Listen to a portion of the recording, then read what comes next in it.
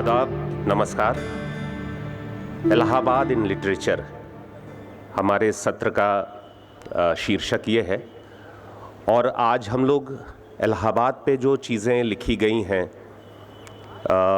उन पे थोड़ी चर्चा करेंगे, उनका पाठ होगा। मैं आज मंच पे जो साथी आ रहे हैं, बहुत ही सीनियर राइटर्स और साहित्य की दुनिया से जुड़े हुए लोग, मैं उन्हें आवाज़ दे रहा हूँ। Professor Neelam Saran Gaur, please मंच पे आए।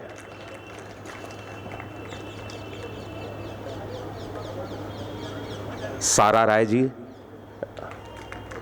प्रख्यात लेखिका। सुस्मिता साही जी, बारा फारूकी जी, प्रोफेसर बसंत त्रिपाठी।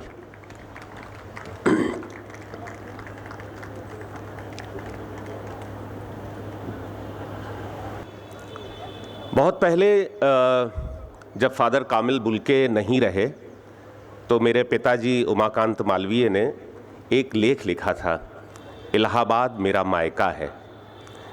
फादर बुल्के इलाहाबाद को अपना मायका कहते थे। तो बहुत सारे लोग जिनका मायका है इलाहाबाद और जिनका ससुराल है, वो हम सब एक साथ इकट्ठा हुए हैं, अपने मायके आए हैं और यहाँ पे बहुत सारी यादें समेटे हुए, एक दूसरे से बांटते हुए ये खूबसूरत दिन गुज़र रहे हैं। मैं एक बहुत छोटे से गीत से अपने शुरुआत करूँगा। उसमें इलाहाबाद के मोहल्लों के बिंब आए हैं और उसके बाद आज की जो बातचीत है हम लोग शुरू करेंगे। छोटे से स्पंज के दिल में चुभ जाता प्लास्टिक का तीर, तो क्या करते मोमिनो मीर, किससे कहते अपनी पीर। छोटे से स्पंज के दिल में चुभ जाता प्लास्टिक का तीर, तो क्या करते मोमिनो मीर, किससे कहते अपनी पीर। रोशन बाग बजाजे से ले तारों वाला एक दुपट्टा, कोतवाली पे इतर की शीशी, लोकनाथ पे पान का पत्ता। रोशन बाग बजाजे से ले तारों वाला एक दुपट्टा, कोतवाली से इतर की शीशी, लोकनाथ पे पान का पत्ता। प्रेम गली से सकरी है जी हरी समोसे वाली गली, प्रेम गली से सकरी है जी हरी समोसे वाली गली। ऐसे में दिख जाएं देखो दो नैना बेधक बेपीर, तो क्या करते सैयद बाबा, क्या ही करते बड़े फ़कीर। छोटे से स्पंज के दिल में चुभ जाता प्लास्टिक का तीर, तो क्या करते मोमिनो मीर, किससे कहते अपनी पीर। गुरुद्वारे में संगत देते, मंदिर में सेवा करते, मस्जिद के दालान में बैठे अश्क वज़ू करते रहते। वैलेंटाइन चांद को लेकर चर्च के पीछे जाना था, वैलेंटाइन चांद को लेकर चर्च के पीछे जाना था। पैरों में पायल थी जालिम, रुंझुन सी करती जंजीर। मज़हब आड़े आ जाए तो क्या करते फिर मियाँ नज़ीर, मज़हब आड़े आ जाए तो क्या करते फिर मियाँ नज़ीर।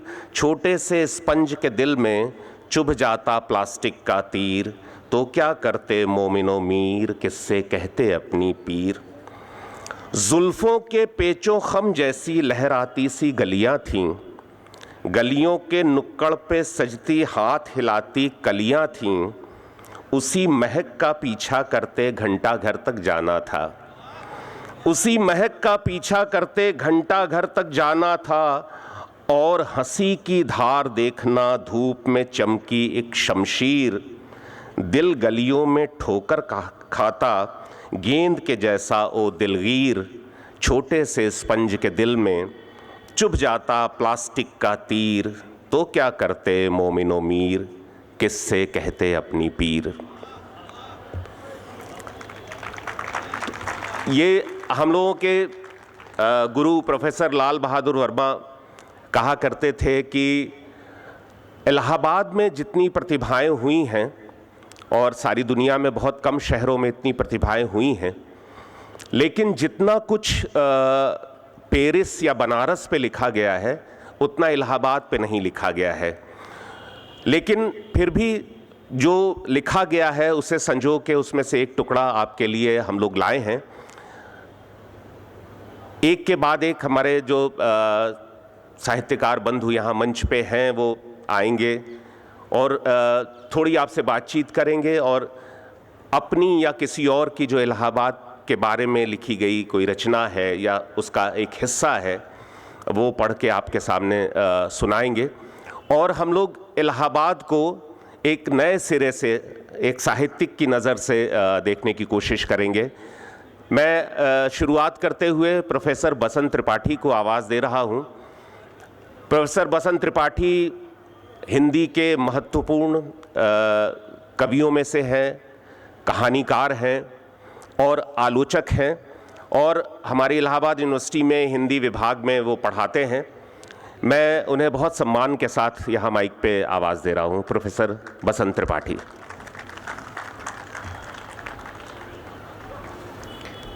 सबसे पहले तो मैं बज़्म विरासत के आयोजकों तिग्मांशु जी, ज़फ़र भाई, अंशु भाई, इन सब के प्रति धन्यवाद ज्ञापित करता हूँ कि इस सत्र का एक हिस्सा बनने का मुझे अवसर दिया।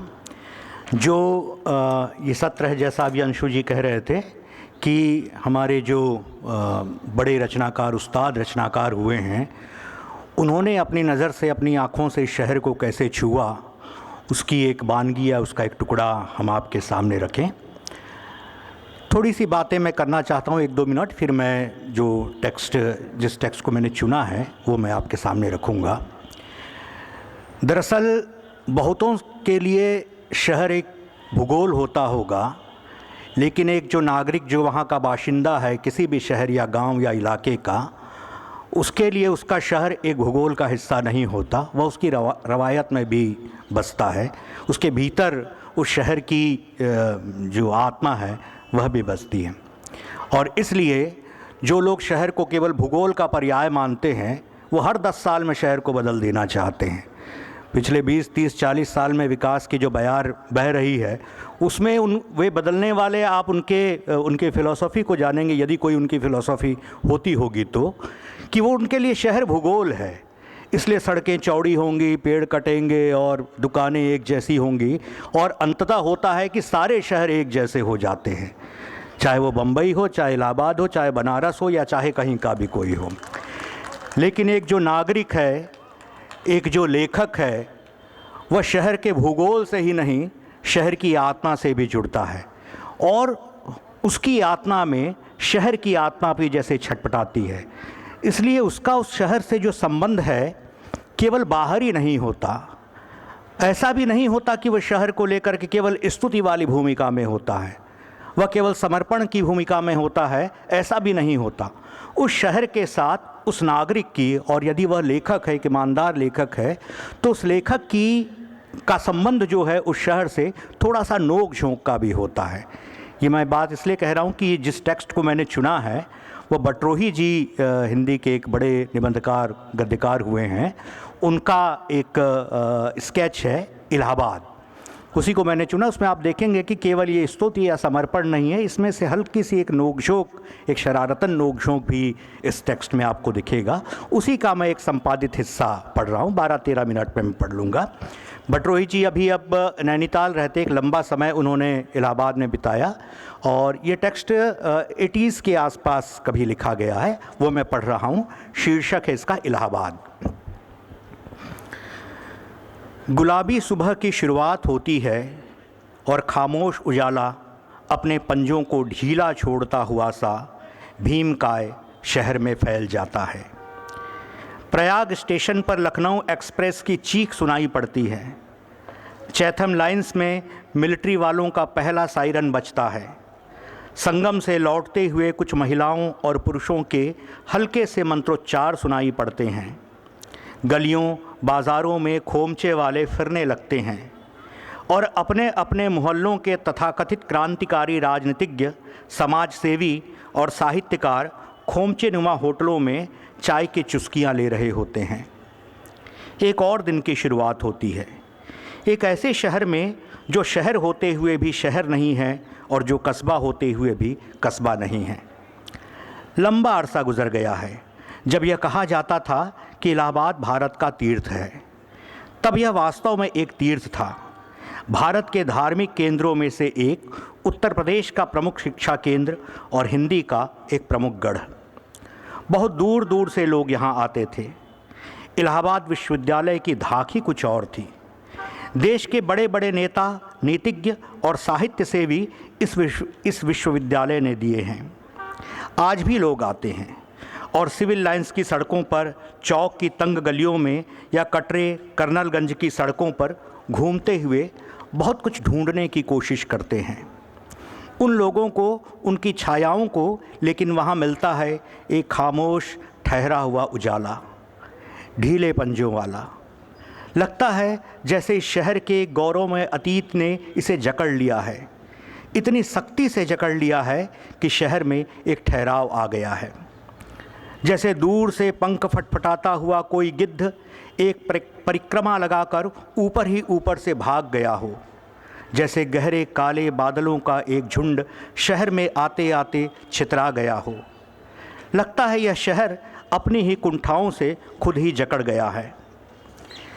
इलाहाबाद का जो कुछ भी अपना गौरवमय अतीत है या जिसके कारण उसका अपना एक व्यक्तित्व है, वह बाहर के लोगों के द्वारा ही निर्मित है। लगता है जैसे यह एक ऐसी सराय है जहां प्रतियोगिताएं आयोजित की जाती हैं और सराय मात्र इसी चीज़ के लिए निर्मित है। यहाँ का जो भी बड़ा बौद्धिक सामने आया है वह ऐसे ही सुदूर स्थानों से यहाँ पर आया है। यहाँ पर उसने अपनी उन धारणाओं का पुनर्निर्माण किया है और अपने लिए नई ज़मीन की तलाश की है। आज भी बाहर रहने वाले तमाम लोगों की धारणाएं इलाहाबाद के बारे में बदली नहीं हैं, पहले भी नहीं बदली थी। इलाहाबाद जो बाहर से दिखाई देता है, अंदर से कहीं अलग किस्म का है। यहाँ आकर लोगों की वे सारी धारणाएं खंडित हुई हैं और इस विशाल सराय में उन लोगों ने फिर से एक नए संसार का निर्माण किया है। और यही कारण है कि सरायनुमा शहर में एक नए ढंग से पनपता हुआ एक और आदमी पैदा होता है। और यही कारण है कि इलाहाबाद से नारे नहीं उठते, शोर नहीं होता, लेकिन आंदोलनों का जन्म यहीं से होता है। इलाहाबाद एक शहर में दो शहरों का व्यक्तित्व लिए हुए है। मैं बहुत सा हिस्सा बीच बीच से छोड़ के पढ़ रहा हूँ, तो टूटा टूटा लगे तो इस टेक्स्ट की दिक्कत नहीं है, ये वक्त की दिक्कत है, आप मान के चलिएगा। क्योंकि हिस्सा छोड़ना पड़ रहा तो रिदम हो सकता है टूटे। इलाहाबाद एक शहर में दो शहरों का व्यक्तित्व लिए हुए शहर है। एक शहर वह है जो अपने अतीत के साथ ज्यों का त्यों चिपके रहना चाहता है। दारागंज, कीडगंज, अतरसुइया, मुट्ठीगंज, लोकनाथ और कटरे का इलाहाबाद। दारागंज विशेष प्रयोजन के कारण बसाया गया इलाका है। यूँ इतिहासोक्ति के अनुसार इसे शाहजहाँ के बड़े बेटे दारा शिकोह ने बसाया था, पर यह प्रयाग का दशाश्वमेध है, घाटों और तीर्थ यात्रियों का इलाका। यूँ भी इस प्रकार के मोहल्लों में वही पुराना स्थापत्य है। तंग गलियां हैं, एक दूसरे से चिपटे हुए मकान है। एक मकान की छत पर से दूसरे किनारे पर पहुंचा जा सकता है। यह भारत के लगभग सभी पुराने शहरों में है, लेकिन इलाहाबाद के अंदर बसा हुआ शहर इससे बिल्कुल भिन्न आयाम लिए हुए है। यह शहर सिविल लाइन से शुरू होता हुआ लूकरगंज, अशोकनगर, बनफोर्डगंज, एलनगंज और टैगोर टाउन में फैला है। यहाँ साफ़ सुथरे बड़े बड़े बंगले हैं, उनके फैले हुए लॉन और बगीचे हैं, और बंगलों के चारों ओर फैली हुई खामोशी भी है। यहाँ पर एक एक बंगला अपने आप में एक मोहल्ला है, जैसे खामोशी और अकेलेपन के प्रतीक के रूप में इन्हें स्थान स्थान पर निर्मित किया गया हो। बड़े शहर का आभास देता हुआ यह शहर आधे से अधिक इस प्रकार छितराया हुआ है। इलाहाबाद वास्तव में किसी बड़े गांव के अंदर पलता हुआ एक आधुनिक शहर है, जो संस्कारों और विचारों से तो आधुनिक है, लेकिन अपनी वेशभूषा और बाहरी रूप से एक गांव है। उत्तर प्रदेश का प्रमुख शिक्षा केंद्र, न्याय केंद्र और बौद्धिक केंद्र होते हुए भी बाहरी रूप में लगता है जैसे आज भी वही हैं जहां आज से 50 वर्ष पूर्व था। इलाहाबाद का सबसे आकर्षक इलाका है सिविल लाइंस। यही इस शहर का सिरफोड़ इलाका है। यहाँ सिर और मगज़ दोनों फोड़े जाते हैं। अंग्रेज़ साहब ने अपनी सुविधा के लिए इसका निर्माण भी अन्य शहरों की भांति शहर के बीचों बीच किया था। मुख्य रूप से महात्मा गांधी मार्ग के एक खास टुकड़े को सिविल लाइंस कहा जाता है। यहाँ पर आकर लगता है कि हम किसी शहर में हैं। कुछ एक आधुनिकाएँ भी मिल जाएंगे, कुछ एक अच्छे रेस्तरां भी मिल जाएंगे और कुछ एक अच्छे दिमाग भी, जो अपने अपने ग्राहकों की प्रतीक्षा करते रहते हैं। बाईं ओर एक विशाल चर्च है जो इलाहाबाद शहर का कोई विशेष प्रतीक सा सिद्ध करने के लिए खड़ा गया लगता है। इसके आसपास अधिकांशतः शांति रहती है। इलाहाबाद साहित्यकारों का ट्रेनिंग सेंटर है। यहाँ का हर साहित्यकार आपको ऐसा कहता हुआ मिलेगा। यह एक आश्चर्य की ही बात है कि इलाहाबाद बाहरी रूप से आकार प्रकार में इतना शुष्क दिखाई देने के बावजूद आज भी लेखकों को अपनी ओर आकृष्ट करता है। यहाँ ऐसा अभूतपूर्व प्राकृतिक सौंदर्य भी नहीं है, फ्रीलांस के लिए कोई काम भी नहीं है, लेकिन हिंदी का प्रत्येक लेखक यहाँ कुछ समय के लिए अवश्य रहना चाहता है। इसका कारण शायद यह है कि जिन चुनौतियों और जिस संघर्ष की कल्पना को लिए हुए एक लेखक बाहर से यहाँ आता है, यहाँ पर उसे वे चीज़ें बिल्कुल भिन्न संदर्भों में मिलती है। एक ख़ास किस्म की दिमागी स्नोबरी यहाँ के कुछ बुद्धिजीवियों में मिलेगी, जिसका दूसरा रूप निजी फ्रस्ट्रेशन या वीतराग से दृष्टि है।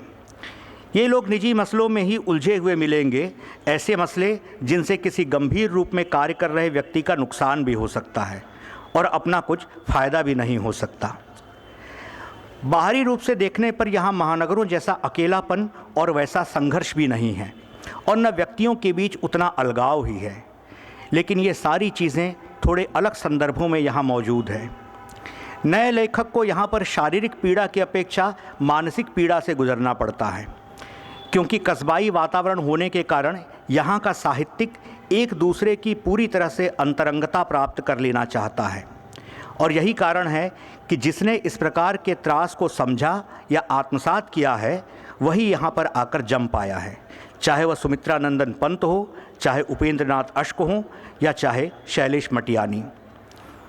सच तो यह है कि यहाँ का आदमी सही अर्थों में स्नॉब हो ही नहीं सकता। इलाहाबाद आते ही एक और संस्कार बुरी तरह से व्यक्ति के ऊपर हावी होने लगता है। वह एक बड़े संयुक्त परिवार का जैसा संस्कार है। यही यहाँ के व्यक्ति की सीमा भी हो सकती है और उसकी उपलब्धि भी। किसी भी बौद्धिक रूप से संपन्न स्थान की ही भांति इलाहाबाद में भी मानसिक रूप से पीड़ित करने की प्रथा है। यहाँ के लेखक को यह कौशल आता है कि बाहरी रूप से आपका अंतरंग मित्र दिखने के बावजूद वह आपको मानसिक रूप से इतना अकेला छोड़ देगा कि उस स्थिति को झेल पाना साधारण सामर्थ्य से बाहर की बात है।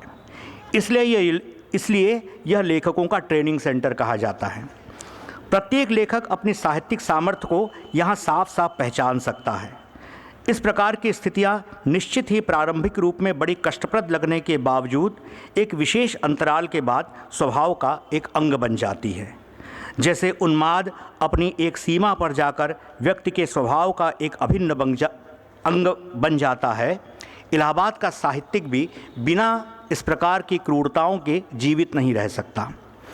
क्रूरताएं जो व्यक्ति के निर्माण की भावनाएं भी बन सकती है और अपने गौरवमय अतीत को मेंटेन कर सकने का शगल भी।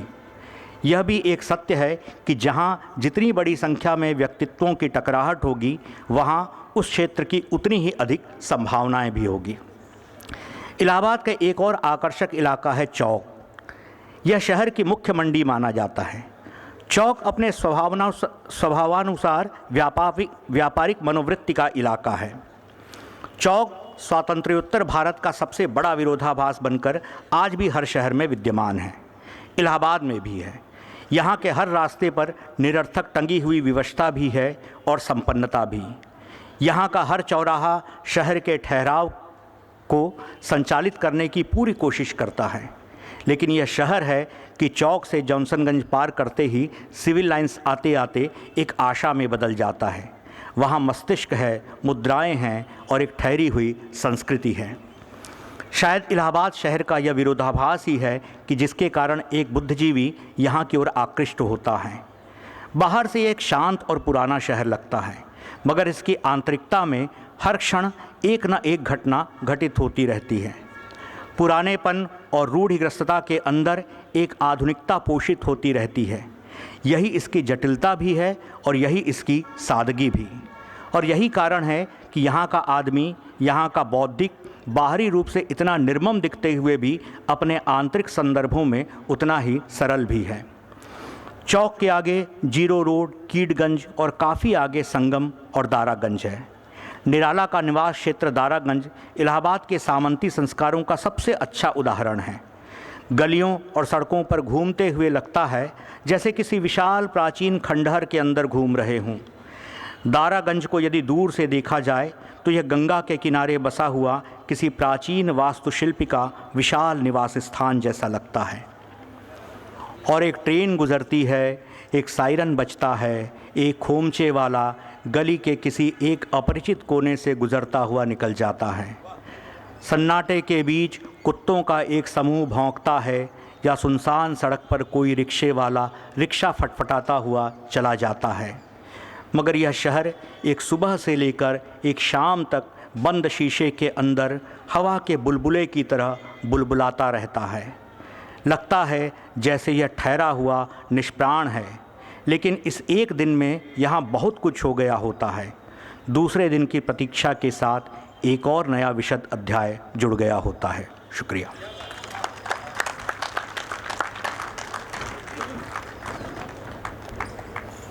बसंत कह रहे थे हर 10 साल में 20 साल में शहर बदल दिए जाते हैं किसी ना किसी मेगा प्रोजेक्ट के चलते। तो ये साहित्यकारों का और बज़्म विरासत को कहें तो उसी शहर को जिसकी रूह को हम पसंद करते हैं, सिर्फ भूगोल को नहीं, उस शहर को भूलने के ख़िलाफ़ एक विद्रोह भी है ये बज़्म विरासत। ये स्मृति का उत्सव है, यादों का उत्सव है और उस शहर को जो हमारा अपना इलाहाबाद है उसको बचा लेने की एक जद्दोजहद भी है। शुक्रिया बसंत जी, और बहुत खूबसूरत उन्होंने हिस्सा पढ़ा बटरूही जी के निबंध का। अब मैं इलाहाबाद में इस तरह के बौद्धिकों की इतनी समृद्ध परंपरा है। विजय देव नारायण शाही जी की याद आ रही है। जब मछली घर उनका कविता संग्रह आया तो उसके बाद नई कविता में कुछ एक नए तरीके के उपमान और बिंब स्थापित होने शुरू हुए। साथ ही उनकी ये जो रचनात्मक दृष्टि थी वो केवल कविताओं में नहीं रही, उनकी आलोचनात्मक दृष्टि में भी उनकी यही रचनात्मकता बनी रही। जब जायसी उनकी किताब आई तो ये मालूम हुआ कि आलोचना भी इतनी रससिक्त हो सकती है और इतने क्रिएटिव तरीके से लिखी जा सकती है। विजय देव नारायण शाही जी की उनकी बेटी सुस्मिता जी यहाँ हम लोगों के मौजूद हैं, हम लोगों के बीच, यहीं की हैं, इलाहाबाद की हैं। सुस्मिता जी IAS अधिकारी थीं और उसके बाद उसके अलावा वो थिएटर में बहुत लंबे समय से एक्टिव हैं और अनुवाद करना, कविताएं लिखना, उनका एक थिएटर ग्रुप भी है गंधर्व नाम से। और लगातार इस बीच वो जो एक बहुत महत्वपूर्ण काम कर रही हैं वो ये कि शाही जी की रचनाओं को फिर से इकट्ठा करना और एक रचनावली की शक्ल देने की वो कोशिश में लगी हुई हैं। मैं बहुत सम्मान से सुस्मिता जी को यहाँ माइक पे आवाज़ दे रहा हूँ।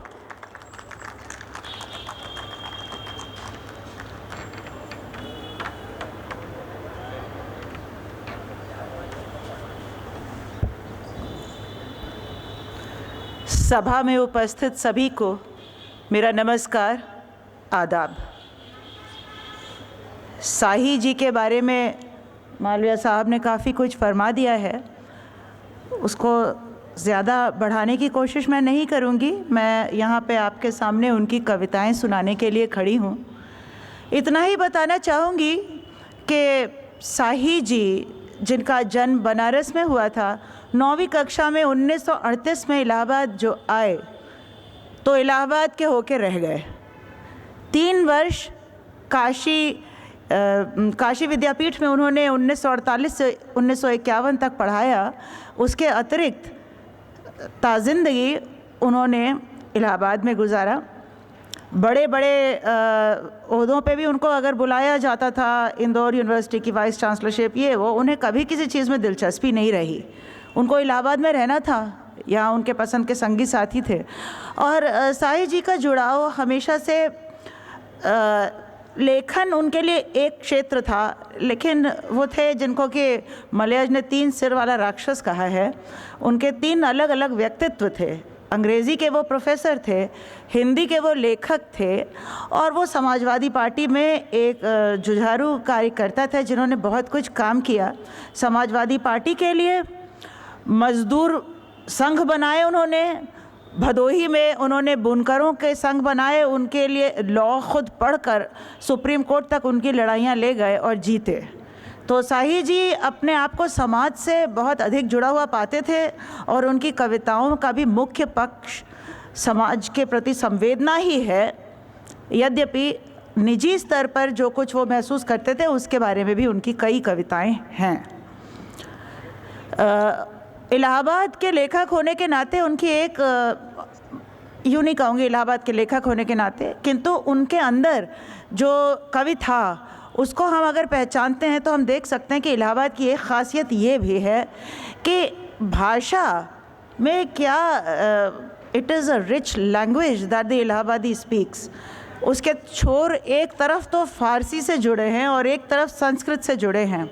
साईं जी की कविताओं में भी हमको फ़ारसी और एक हिंदुस्तानी में वो लिखते थे, जिसमें आपको एक से एक, उनकी एक कविता का शीर्षक है नतीजे खरीते लुब्बे लुबाब। उनकी एक अन्य कविता का शीर्षक है क्रतोस्मर। आप समझ सकते हैं कि साईं जी की भाषा में, उनकी शब्दावली में जो सब कुछ, जो गंगा जमनी तहज़ीब गुंजायमान थी, वो हमारा इलाहाबाद ही है, उसकी ही आत्मा है।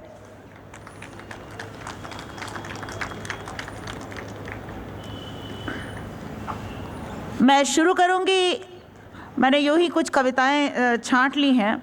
मैं शुरू करूंगी एक 1958 की लिखी हुई कविता से। आज हमने फिर किया है शब्द का आखेट। साईं जी आज्ञा की पूर्ति करना, अवज्ञा को धर्म मानते थे।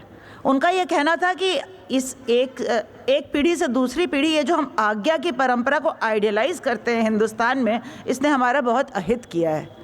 और वो कहते थे श्रवण कुमार हमारे आदर्श नहीं हैं, बल्कि हमारा आदर्श ये है कि हमको अस्वीकार करने की हमारे अंदर शक्ति हो, सामर्थ्य हो, अवज्ञा हम कर पाएँ, ये होना चाहिए। इसी से उम्मीद आगे की हो सकती है, न कि किसी आज्ञा पालन से। तो एक उन्होंने कविता लिखी, आज हमने फिर किया है शब्द का आखेट, जिसमें श्रवण कुमार की इमेजरी को एक इन्वर्ट करके बताया गया है, उसके इन्वर्जन से बताया गया है कि किस प्रकार ये ठीक नहीं है। सुने, आज हमने फिर किया है शब्द का आखेट। आज हमने फिर किया है शब्द का आखेट। जहां मैंने सिर उठाया कहा मैं भी हूं, व्यवस्था टूटती सी दिखी। जहां मैंने कहा मेरा नहीं झुकता माथ, आहत हो गया समुदाय। हाय रे ये मोम जैसे लोग, हाय रे ये निपट कच्चे कांच के गुंबद सरीखा राष्ट्र। वाह वाह वाह वाह। हाय रे ये निपट कच्चे कांच के गुंबद सरीखा राष्ट्र। नहीं थे ऐसे अनोखे सव्यसाची हम कि जिनके लक्ष्य चूके नहीं। नहीं थे हम इस तरह के क्रुद्ध पैगंबर कि जिनके शाप से इतिहास भर ये यहोवा के खास प्यारे भटकते रह जाएं। सिर्फ हमने किया था निष्कंप अस्वीकार। आहत हो गया समुदाय। वाह वाह वाह। हुआ होगा विद्ध शायद सुलभ वाहन सुत तुम्हारा। हुआ होगा विद्ध शायद सुलभ वाहन सुत तुम्हारा। रहा होगा कहीं हम में ही हलाहल, क्योंकि अपनी मौन मुद्रा में महज विद्रोह के दोषी नहीं थे हमने किया था परित्याग। जिसने ज्योति दी, उस ज्योति को दी अवज्ञा, उस अवज्ञा को प्रश्नवाचक तीर जैसी एक जहरीली किरण उस कलश से टकरा गई होगी, उठी होगी चीरती कोई अपरिचित लपट, जगी होगी जिंदगी के लाख बंधन तोड़ती सी हठी जिज्ञासा, निरुत्तर शांति, अंतिम सांस। किंतु जब मैं पुनः आऊंगा तुम्हारे पास उसका शव लिए, किंतु जब मैं पुनः आऊंगा तुम्हारे पास उसका शव लिए, मत मुझे देना फिर पुराना शाप। यह कहना, ओ हठी, तुमको अवज्ञा ही मिले प्रतिकार अब की बार। आह, जब इस थके युग की नपुंसकता मानती है वहन करना ही पराक्रम प्रथम। आह, जब इस थके युग की नपुंसकता मानती है वहन करना ही पराक्रम प्रथम, तभी हमको मिला पौरुष का किनारे तोड़ता वरदान। तभी हमको मिला पौरुष का किनारे तोड़ता वरदान। बिना हर्ष विषाद, केवल शिथिल आज्ञाबद्ध, जब सब जा रहे हैं धरे तापस वेश, हमको मिली मन को चीरती ये प्रश्नवाचक धार सी आवाज। हमको मिली मन को चीरती ये प्रश्नवाचक धार सी आवाज। आज तक जिसने तुम्हारे शाप के वश बिना हर्ष विषाद काटे गहन 14 वर्ष, उसने लौटकर अपनी नई संतान को फिर उसी मन से बिना हर्ष विषाद गर्भ में ही दे दिया वनवास।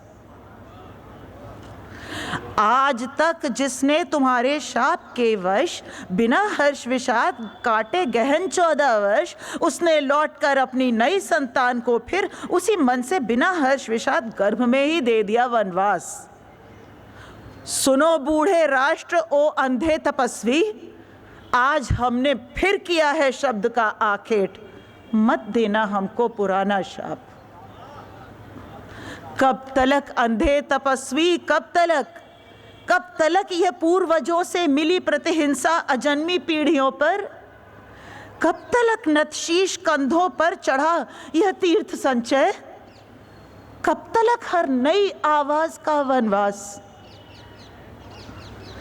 प्रासंगिक कविता है, कब तलक हर नई आवाज का वनवास।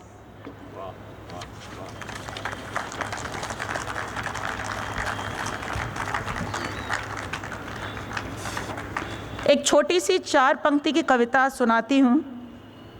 इस नगरी में रात हुई, मन में बैठा चोर अंधेरी तारों की बारात हुई, बिना घुटन के बोल न निकले ये भी कोई बात हुई।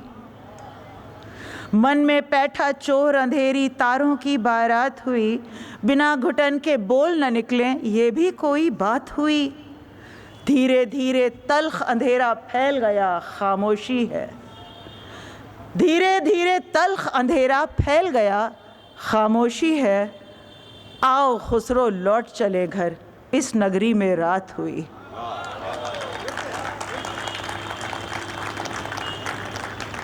धीरे धीरे तल्ख अंधेरा फैल गया, खामोशी है। आओ खुसरो लौट चले घर, इस नगरी में रात हुई। मैं एक गज़ल साही साहब के आप लोगों को सुनाना चाह रही थी, लेकिन उसको सुबह शुभा दीदी ने गा दिया, तो मैं आपको एक दूसरी गज़ल उनकी सुनाती हूँ। देखिए, साही जी के जीवन में ऐसे कुछ वर्ष थे जब उन्होंने कुछ नहीं लिखा। एक तो वे 3 साल जब वो अपना MA पूरा करके और चले गए थे काशी विद्यापीठ, और वो बुनकरों के लिए लड़ाई लड़ रहे थे। उस दौरान उन्होंने समाज सेवा, समाज इस प्रकार का ही कार्य किया, लिखा नहीं, लेखनी मूक रही। किंतु एक और समय था जब साही जी के मुँह से बोल न फूटे, वो समय था इमरजेंसी। इमरजेंसी के दौरान मुझे याद है मेरे पिता बहुत व्यथित रहते थे। मेरे वालिद साहब मुझे याद है पीली रोशनी में बैठ के वो अपने आप से रातों रात जागते रहते थे, ताश खेलते रहते थे और कहते थे सोचना नहीं है मुझको। एक से एक उनके दोस्त लेखक सब जेलों में बंद थे। तो वो एक समय था, लेकिन उस समय उन्होंने 4 गज़लें लिखी। गज़लें शायद इसलिए लिखी हों क्योंकि शुरुआती ज़िंदगी में शाही जी गज़लें लिखते थे। देखिए, उन्होंने हिंदी कभी औपचारिक रूप से पढ़ी नहीं, उनकी शुरुआती तालीम उर्दू में थी, फ़ारसी उन्होंने स्कूल में पढ़ी, लेकिन लेखक हिंदी के थे। तो आगे चल के उन्होंने हिंदी में ही लिखा, लेकिन इमरजेंसी के दौरान 4 गज़लें ही लिखी थी।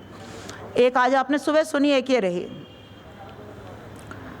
तय करके अर्ज़े कौन मकां आ चुके हैं हम, तय करके अर्ज़े कौन मकां आ चुके हैं हम, ए गर्दिशे हयात कहाँ आ चुके हैं हम, ए गर्दिशे हयात कहाँ आ चुके हैं हम। साहिल से इल्तिजाए बला पर न मुझको छोड़, साहिल से इल्तिजाए बला पर न मुझको छोड़, थोड़ा ठहर है मौजे रवां आ चुके हैं हम, थोड़ा ठहर है मौजे रवां आ चुके हैं हम। सहरा से आई अपनी सदाओं की बाज़गश्त, सहरा से आई अपनी सदाओं की बाज़गश्त, किसने कहा ये हमसे यहाँ आ चुके हैं हम। अब उनके दर पे पुरसिशे दरबां पे क्या कहें, अब उनके दर पे पुरसिशे दरबां पे क्या कहें, बाकी कहाँ है नाम और निशां आ चुके हैं हम, बाकी कहाँ है नाम और निशां आ चुके हैं हम। गुल हो गए चराग सवालों जवाब के, तारीकी ये खला है जहाँ आ चुके हैं हम, तारीकी ये खला है जहाँ आ चुके हैं हम। लौटे भी तो कहाँ के लिए इस दयार से, लौटे भी तो कहाँ के लिए इस दयार से, देकर हिसाब सूद व ज़ियां आ चुके हैं हम, देकर हिसाब सूद व ज़ियां आ चुके हैं हम। शायद इसी सियाह ज़मी पर बरस पड़ें, शायद इसी सियाह ज़मी पर बरस पड़ें, लेकर के अब्र अश्क फशां आ चुके हैं हम।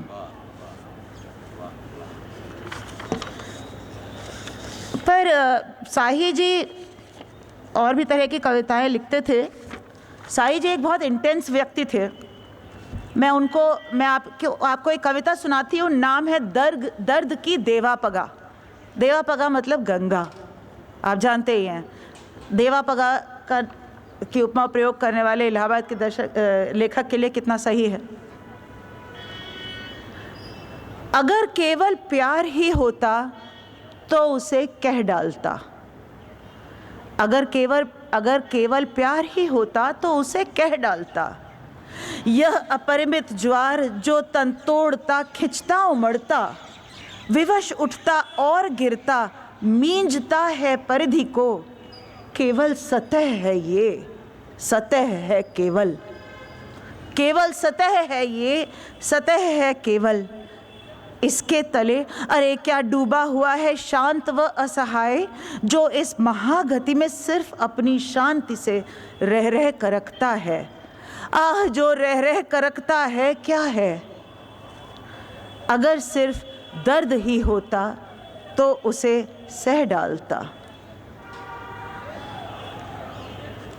यह अतल आघात से भी तीव्र, यह अतीन्द्रिय आंधियों से भी अधिक उद्दाम, प्राणदायरी ज्वाल, स्वर्ग से जो उतर आई आज मेरे भाल, तिरोहा कुल दुर्नियंत्रित लक्ष्यहत अविराम, जिसको हर किनारा अग्निगर्भ, हर कगारा अतल है।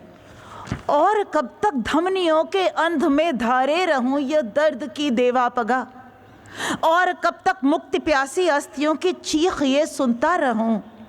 खोल दो मेरी शिराएं खोल दो, तोड़ दो मेरी परिधियां तोड़ दो, बहो बहो फूट करके बहो मेरे दर्द की देवापगा, बहो बहो फूट करके बहो मेरे दर्द की देवापगा।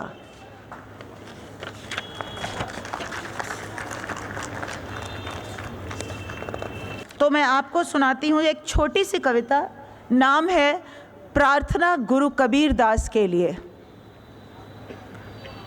परम गुरु, दो तो ऐसी विनम्रता दो कि अंतहीन सहानुभूति की वाणी बोल सकूं और यह अंतहीन सहानुभूति पाखंड न लगे। दो तो ऐसा कलेजा दो कि अपमान, महत्वाकांक्षा और भूख की गांठों में मरोड़े हुए उन लोगों का माथा सहला सकूं और इसका डर न लगे कि कोई हाथ ही काट खाएगा। दो तो ऐसी निरीहता दो कि इस दहाड़ते आतंक के बीच फटकार कर सच बोल सकूं और इसकी चिंता न हो कि इस बहुमुखी युद्ध में मेरे सच का इस्तेमाल कौन अपने पक्ष में करेगा। यह भी न दो तो इतना ही दो कि बिना मरे चुप रह सकूं। शुक्रिया।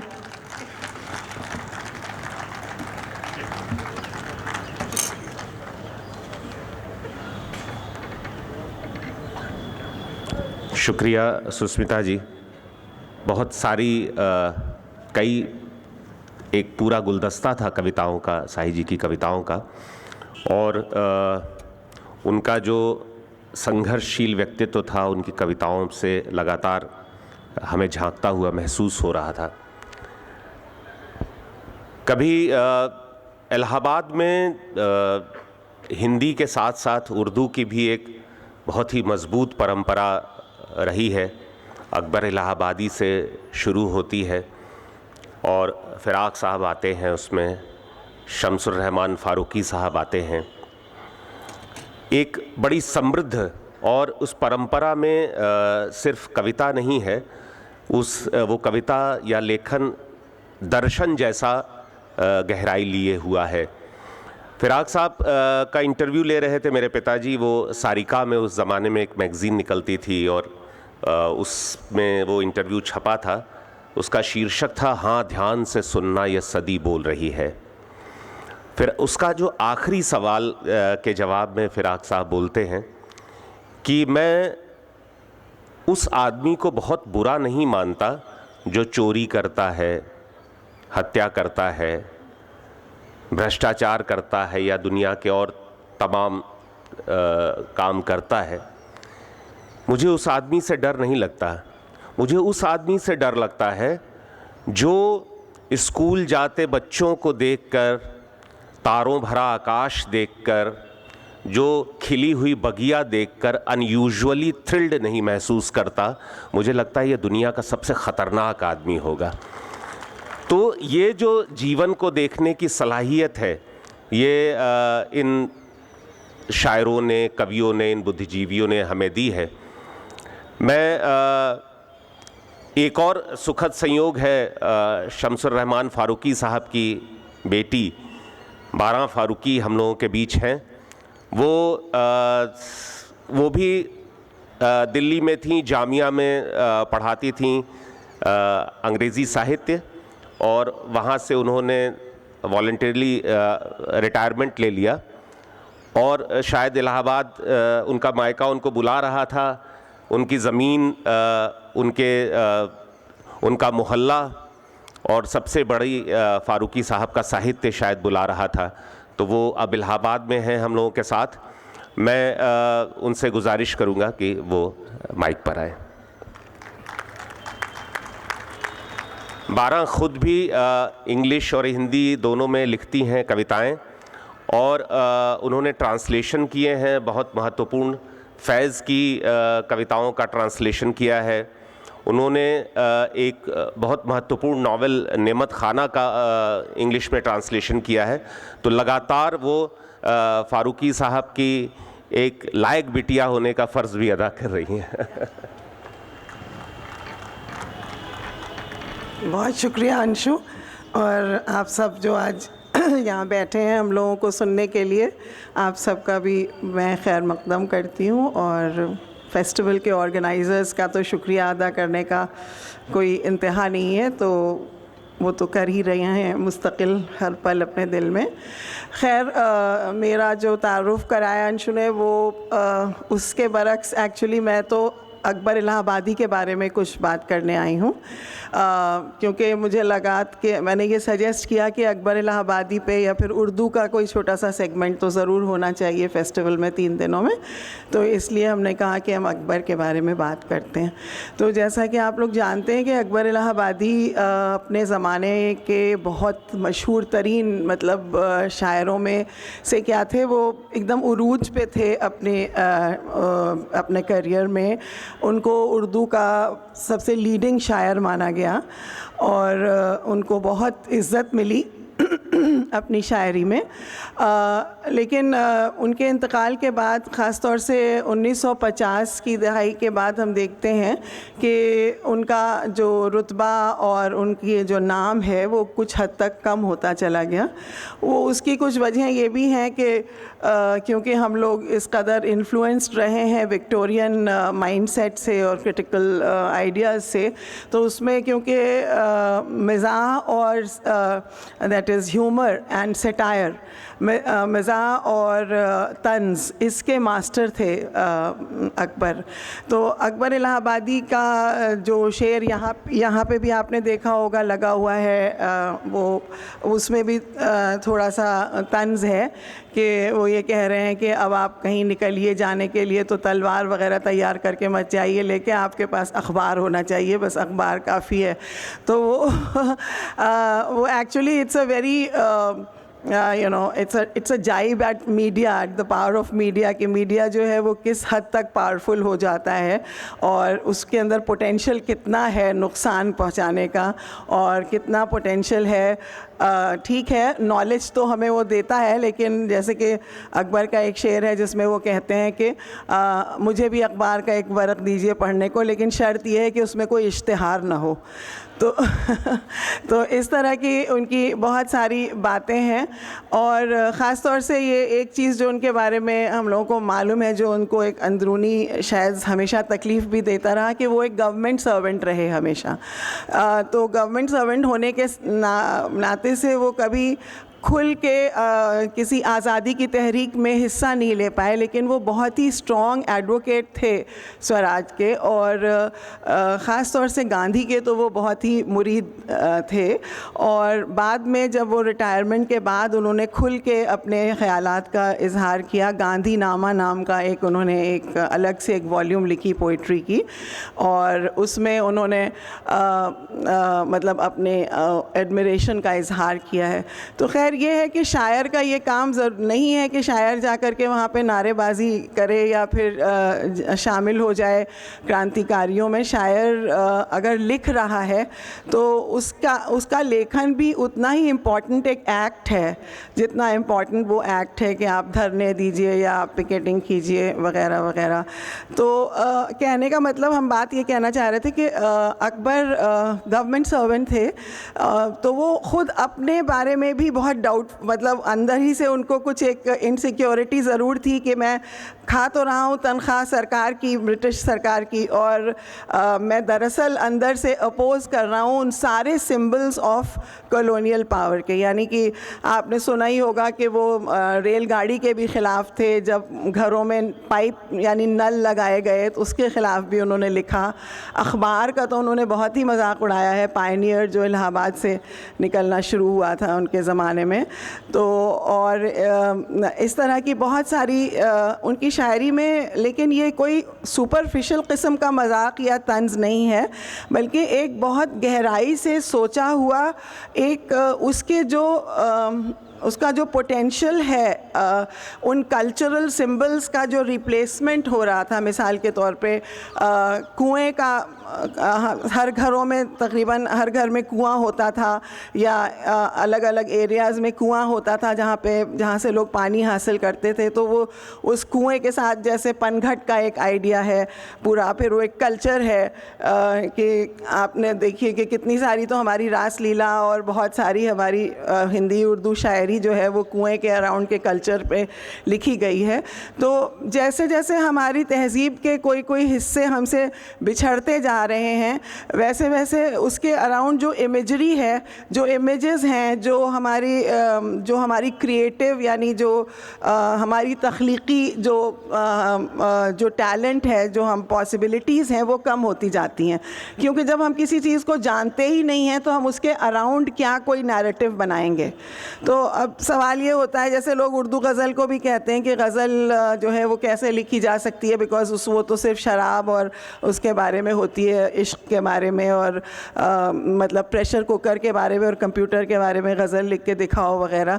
तो सवाल इसका नहीं होता है कि सवाल इस चीज़ का भी होता है कि आप किसी भी चीज़ को अपनी ज़िंदगी का और अपने इमेजिनेशन का हिस्सा बना लेने में सदियां लग जाती हैं। तो जब कोई चीज़ अभी हमें 10 साल या 50 साल या 20 साल पहले हमें हासिल हुई है, उसको हम शायरी में अच्छी तरह से इस्तेमाल कर पाएँ, उसमें बहुत वक्त लगेगा। और जो वो गैप आ जाता है, जो एक लॉस ऑफ मेमोरी होता है, जिसमें कि हमारा क्रिएटिव जो रिसोर्स बैंक है, इमेजिनेशन जहाँ से ड्रॉ कर रहा है, उसकी जो कमी जो महसूस होती है और जो उसका नुकसान होता है, उसको लेमेंट किया है अकबर ने। तो हम अकबर के कुछ अशार आप लोगों को पढ़ के सुनाना चाहते हैं। एक तो उनका बहुत मशहूर शेर है, जैसे कि सभी लोग कोट करते हैं कि इलाहाबाद के बारे में जो है, कुछ इलाहाबाद में सामा नहीं बहबूद के, क्या धरा है यहाँ बजुज़ अकबर के और अमरूद के। कुछ इलाहाबाद में सामा नहीं बहबूद के, क्या धरा है यहाँ बजुज़ अकबर के और अमरूद के। तो इसके अलावा जैसे एक शेर उनकी वही गवर्नमेंट जॉब या लोगों के अंदर जो एक चाहत होती है भाई दुनियावी स्टेबिलिटी की, उसका मजाक खुद का भी उड़ाते हैं। कहते हैं मज़हब ने पुकारा ए अकबर, अल्लाह नहीं तो कुछ भी नहीं, यारों ने कहा ये कौल गलत, तनख्वाह नहीं तो कुछ भी नहीं। तो इस तरह की बातें। फिर उसके बाद और भी बहुत सारी इस तरह की वो हैं अशार। तो लेकिन मैं ऐसे जिस ऑर्डर में लिखा है वैसे ही आपको उनको सुना देती हूँ। फिर उसके बाद जैसे कि लोगों के अंदर जो एक ग़ुलामी जो आज भी हमारी माइंडसेट से पूरी तरह से नहीं गई है, आज भी हम लोग गोरी रंग और बहुत सारे अंग्रेज़ी वगैरह इन सब चीज़ों से इतना हड़कते रहते हैं।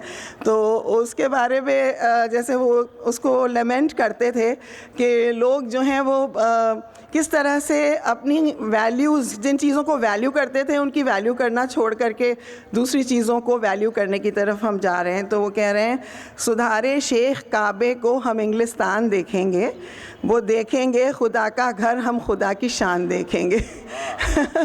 और इसी तरह से उन्होंने मतलब जो अंग्रेज़ी और में हैं उनके साथ इश्क करने के लिए जैसे कि कहते हैं कि शाहिदाने मगरिबी करते नहीं मुझको कबूल, यानी कि जो मगरिब वेस्टर्न जो माशूक़ाएँ हैं वो हमें कबूल नहीं करती।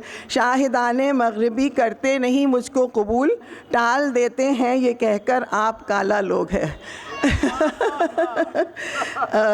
तो और लेकिन जो उसके अंदर एक hankering after the fair sex है, या वो जिसको वो कहते हैं मिसों से, मिस से मुलाकात हो गई कहीं पे, तो उसको कई बार उन्होंने डिस्क्राइब किया है। तो जैसे एक शेर है उनका, इसमें मिस वाला नहीं है, ये वाला है कि परियों के आशिकों को सौदा हुआ मिसों का। पर पहले तो हम लोग परियों पे आशिक होते थे, पर अब तो हम लोग पागल हो चुके हैं मिसों के पीछे। परियों के आशिकों को सौदा हुआ मिसों का, जो फाड़ते थे जामा अब कोट सी रहे हैं। मतलब ये कि जैसे आशिक अपना गरीबान फाड़ देता था, जो फाड़ते थे जामा अब कोट सी रहे हैं।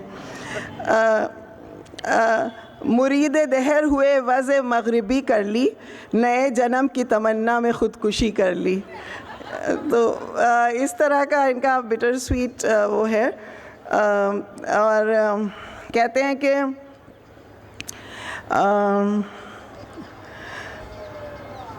अब कहाँ दस्ते जुनू तारे गरीबा, अब कहाँ पानियर और दस्ते मजनू और ख़बर है तार की। पायनियर की बात कर रहे हैं। अब कहाँ दस्ते जुनू तारे गरीबां अब कहाँ, पायनियर और दस्ते मजनू और ख़बर है तार की। ले लिया शीरी ने कमिसरेट में ठेका दूध का, रेल बनवाने लगे फरहाद अब कोहसार की।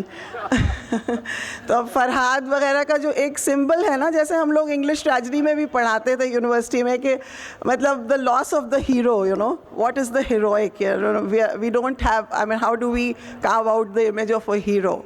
सो यू नो लाइक फरहाद जो है वो अब रेल बनाने के लिए पहाड़ तोड़ रहे हैं बजाय इसके कि तो वो अंग्रेज़ी के जो सिंबल्स हैं जो उनको डिसरप्ट कर रहे हैं उनकी ज़िंदगी को। तो वो कहते हैं कि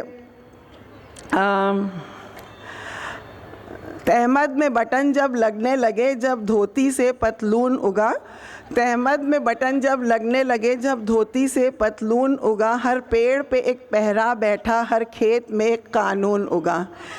एक उनका इसमें भी बहुत ख़िलाफ़ थे कि बहुत ज़्यादा लाइसेंस का वो हो गया था ना कि लाइसेंस के बगैर आप कहीं निकल नहीं सकते थे, कहीं भी आप बाहर निकलें अगर आप हिंदुस्तानी हैं तो आपको अपनी आईडी दिखानी पड़ती थी।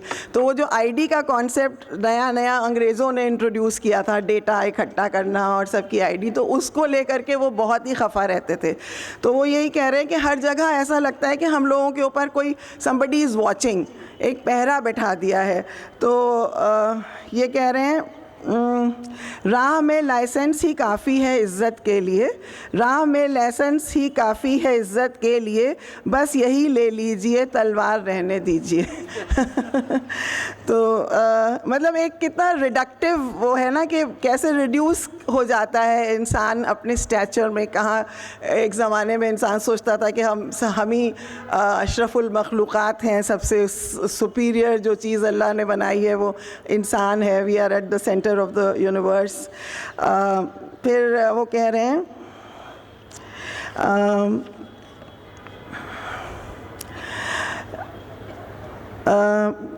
चीज़ वो है बने जो यूरोप में, बात वो है जो पायनियर में छपे।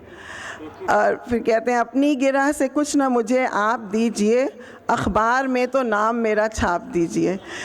तो उसका भी एक लॉस ऑफ कैरेक्टर कि कैसे लोग जाकर के एडिटर के आगे पीछे और यू नो न्यूज़ क्रिएट करना, न्यूज़ किस हद तक जेन्युइन है और किस हद तक प्लांट की जाती है और कैसे लोग उसके लिए ख्वाहिशमंद हो जाते हैं कि हमारा नाम भी अखबार में आ जाए।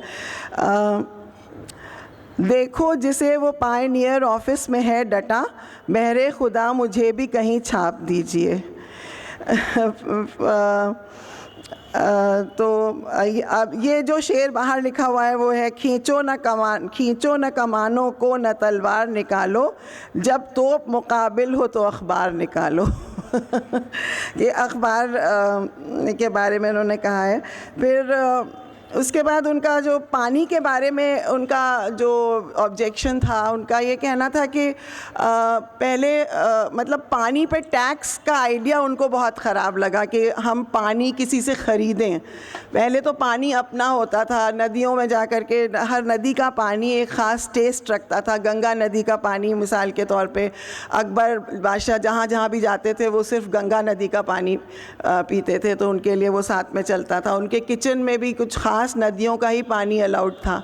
और गालिब ने अपने खतूत में मेंशन किया है कि वो कोसी नदी का पानी जो है वो कितना मीठा उनको लगता है, रामपुर की कोसी, और क्या बात है उस पानी की। तो वही बात है कि मैस प्रोडक्शन की तरफ जो हम लोग धीरे धीरे जो इंडस्ट्रियलाइजेशन और हर चीज़ों की जो यूनिकनेस थी, अब हम लोगों ने चाहे मिनिस्ट्रीज़ ऑफ कल्चर और ये स्मॉल स्केल इंडस्ट्रीज़, या फिर से आ रहा है ये कि local, you should by local and you should go for the local. But ये अकबर ने उस ज़माने में उन्होंने एक तरह का ही हैड फोरसीन कि एक न्यू कॉलोनियलिज़म, यू नो, अभी अगर हम कॉलोनियलिज़म से अपने आप को नजात भी पालेंगे आज़ादी की तहरीक के बाद, लेकिन जो ये कल्चरल सिंबल्स और जो ये तौर तरीक़े जो हमारी ज़िंदगी में क्रीप इन कर जाएंगे, वो हमारी जो हिंदुस्तान का जो ख़ास कैरेक्टर था हाथ की बनी हुई चीज़ों का, और जो यहाँ के क्राफ्ट की यूनिकनेस थी, जिसके ऊपर एक्चुअली अंग्रेज़ जिससे बहुत हड़के हुए थे, लेकिन वो इस बात का इजहार नहीं करते थे। और दूसरे एक चीज़ पे जो उन्हें एतराज़ था वो ये था कि ठीक है, हम आपकी नई टेक्नोलॉजी एक्सेप्ट करेंगे, आप हमारी सुधार रहे हैं, आप हमारी ज़िंदगियों में और वो ला रहे हैं, तरक्की ला रहे हैं, लेकिन एक जो उन लोगों का एटीट्यूड है सुपीरियर, उस सुपीरियर एटीट्यूड के साथ जब वो हमारे यहाँ तरक्की लेके आते हैं तो उस पे वो एतराज़ करते हैं कि उससे जो हमारा जो एक सेल्फ़ है उस पे जो आहत होती है, उसमें जो नुकसान पहुँचता है, उसके बारे में उन्होंने बहुत शिकायत की है। तो उसी सेंस में उन्होंने जैसे कहा है कि पानी पीना पड़ा है पाइप का, हर्फ पढ़ना पड़ा है टाइप का। तो टाइपिंग को और इंडिविजुअल जैसे आजकल हम लोग कहते हैं कि अब लेटर राइटिंग ख़त्म होती जा रही है, ख़त्म हो गई है, ईमेल्स का ज़माना आ गया है, अब कोई हाथ से कुछ नहीं लिखता है। और उसी तरह से उन्होंने बहुत सारी चीज़ों को कहा। और पानी का जो ये पाइप हैं वो कीचड़ पैदा करते हैं, कहीं पे पाइप फट जाता है तो वहाँ पे गंदगी होती है, और पानी का जो साफ़ सुथरापन है वो पानी कहाँ से आ रहा है, किस तरह प्रोसेस हुआ है, कितना साफ़ है, कितना गंदा है, इस तरह के कंसर्न्स उनके थे पानी को लेकर के।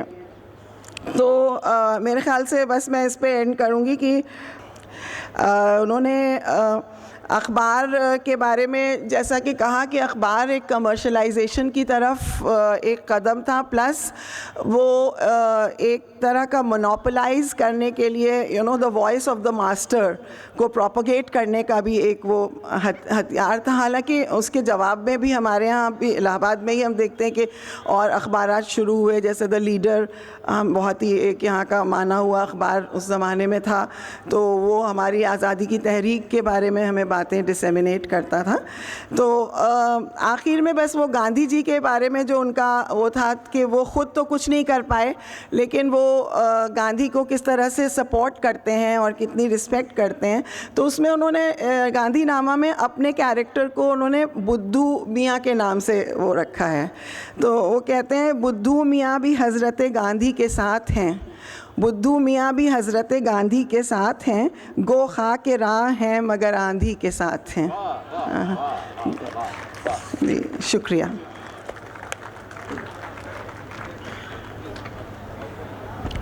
अकबर इलाहाबादी का ज़िक्र हो रहा था, और कुछ बहुत उनकी रचनाओं में कुछ ऐसे इंसाइट्स हैं, जैसे आज के दौर को आप देखिए, जब रिलीजन ख़त्म हो रहा है, रिलीजियोसिटी ज़्यादा बढ़ रही है, आध्यात्मिकता ख़त्म हो रही है, और धर्म का सार्वजनिक प्रदर्शन वो बहुत बड़े पैमाने पर शुरू हो गया है। तो अकबर इलाहाबादी कहते हैं, नई तहज़ीब में दिक्कत ज़ियादा तो नहीं होती, नई तहज़ीब में दिक्कत ज़ियादा तो नहीं होती, मज़ाहिब रहते हैं कायम फ़कत ईमान जाता है।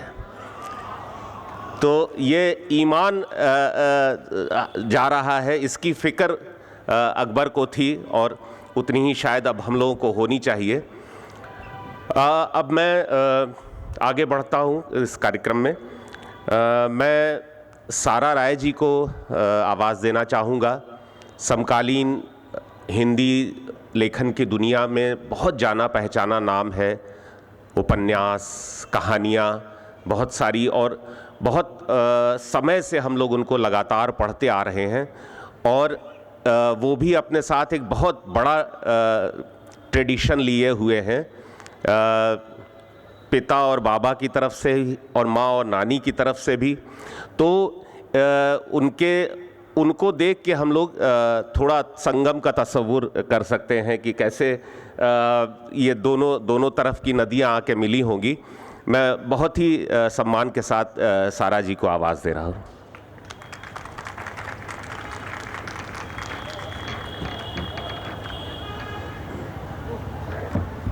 बहुत शुक्रिया अंशु, और मैं शुक्रिया अदा करना चाहती हूँ बज़्म विरासत की पूरी टीम को मैं तहे दिल से शुक्रिया अदा करना चाहती हूँ। इलाहाबाद की मैं पुरानी रहने वाली हूँ, हालांकि मैं यहाँ से आई गई बहुत हूँ, लेकिन मेरा बेस तो यहीं पर है। तो इस विरासत का जश्न मनाने के लिए हम यहाँ आज मौजूद हैं, और इतने अच्छे कार्यक्रम हो रहे हैं, उसी में ये इलाहाबाद के साहित्य का एक ज़िक्र होना तो बहुत ज़रूरी था, तो हम लोग यहाँ पे उसको करने के लिए मौजूद हैं। मैं बहुत ज़्यादा बोलूँगी तो नहीं, मैं पढ़ूँगी अपने। असल में कुछ साल पहले, काफ़ी पहले, करीब 15 साल पहले मुझसे कहा गया था, एक मैगज़ीन आती थी जिसका नाम था परिकथा, उसमें वो शहरनामा नाम का एक कॉलम चलाते थे, जिसमें कि एक फरलॉन्ग का सफ़र नाम से वो आता था। तो उसमें उन्होंने मुझको लिखने के लिए एक इनवाइट किया था, तो उसमें मैंने इलाहाबाद के ऊपर, और क्योंकि वो एक फरलॉन्ग का सफ़र होता था, तो आपका जहाँ आप रह रहे हैं या कोई भी किसी भी जगह का आप एक फरलॉन्ग चुन के उसके अंदर आप बारीकी से उसको देखते थे। तो मैंने अपने घर, मेरा घर जो यहाँ ड्रमन रोड सिविल लाइंस के इलाके में है, उसके इर्द गिर्द जो एक फरलॉन्ग है उसके बारे में मैंने लिखा था। तो उसी में से मैं कुछ हिस्से पेश करना चाहती हूँ। पूरा पढ़ने की तो मुझे यहाँ शायद अभी वक्त भी नहीं होगा, लेकिन उसमें से कुछ टुकड़े मैंने सिलेक्ट किए हैं। देखो, अगर वो मतलब असंगत से लगें, जैसे जुड़े नहीं आपस में, क्योंकि मतलब वो बीच बीच से लिए गए हैं, तो उसके लिए माफ़ कीजिएगा। तो मैं पढ़ना शुरू करती हूँ।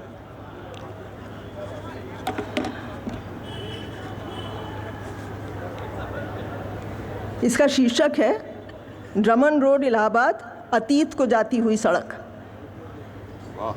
हमारा शहर जिसके हम बरसों से निवासी रहे हैं, वो जगह जहां हम अपनी निजी दुनिया से पहले बाहर निकलकर आस पड़ोस का जायज़ा लेते हैं, जिसमें हमारा जीवन और समय बीतता है, और समय के बीतने के साथ अपने व्यक्तिगत इतिहास का बोध होता है।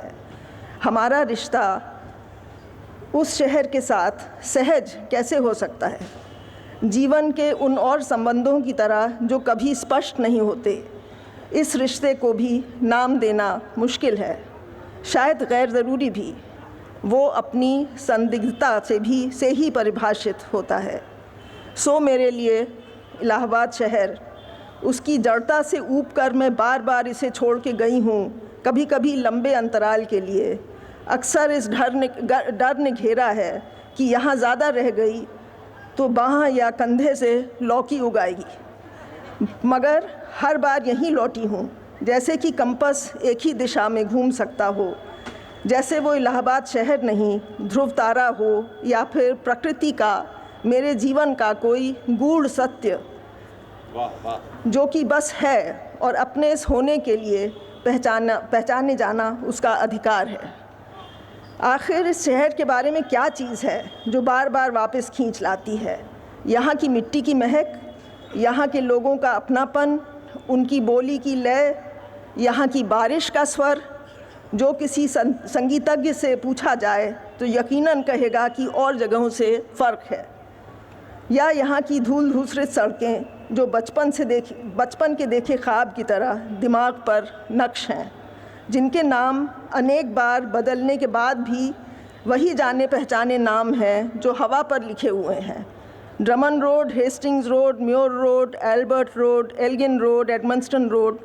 बरसों की रवानी ने इन नामों को नदी में लुढ़कते पत्थर की तरह चिकना और गोल बना दिया है। शहर के शरीर पे खरामा खरामा चलती ये सड़कें जिन मुख्तलिफ़ दिशाओं को भी रुख करती हों, वो एक ही जगह पहुंचती हैं, और वो है अतीत। 1857 में जंग आज़ादी के बाद अंग्रेज़ों ने जो 8 गांव मटियामेट कर डाले, उन्हीं की जगह पर खड़ा है ये इलाका जो सिविल लाइंस कहलाता है। इलाहाबाद स्टेशन के सिविल लाइंस वाले द्वार से निकलिए तो नाक की सीध में जो सड़क आगे बढ़ती है वो है सरोजनी नायडू मार्ग या पुराना क्वींस रोड। खैर, इसमें तो सड़कों के नाम मैंने बहुत सारे दिए जो सभी को मालूम है, उसमें आगे बढ़ती हूँ। थोड़ा सा आगे बढ़िए, ज़्यादा नहीं, शायद 100 कदम, तो दाहिने हाथ पर पड़ती है प्रधान डाकघर की आलीशान इमारत। इसे पीछे छोड़ते चलें, सरोजनी नायडू मार्ग को काटते हुए एल्गिन रोड को नज़रअंदाज कर दीजिए और आ जाइए उस मुकाम पे जहाँ की गहमा गहमी दिन भर बनी रहती है। बाईं तरफ है गवर्नमेंट प्रेस की गुलाबी सी ऊंची चारदीवारी, जिस पर लिखे नोटिस यहाँ फोटोग्राफी वर्जित है, पर नज़र पड़ते ही उसकी मासूमियत पर प्यार आ जाता है।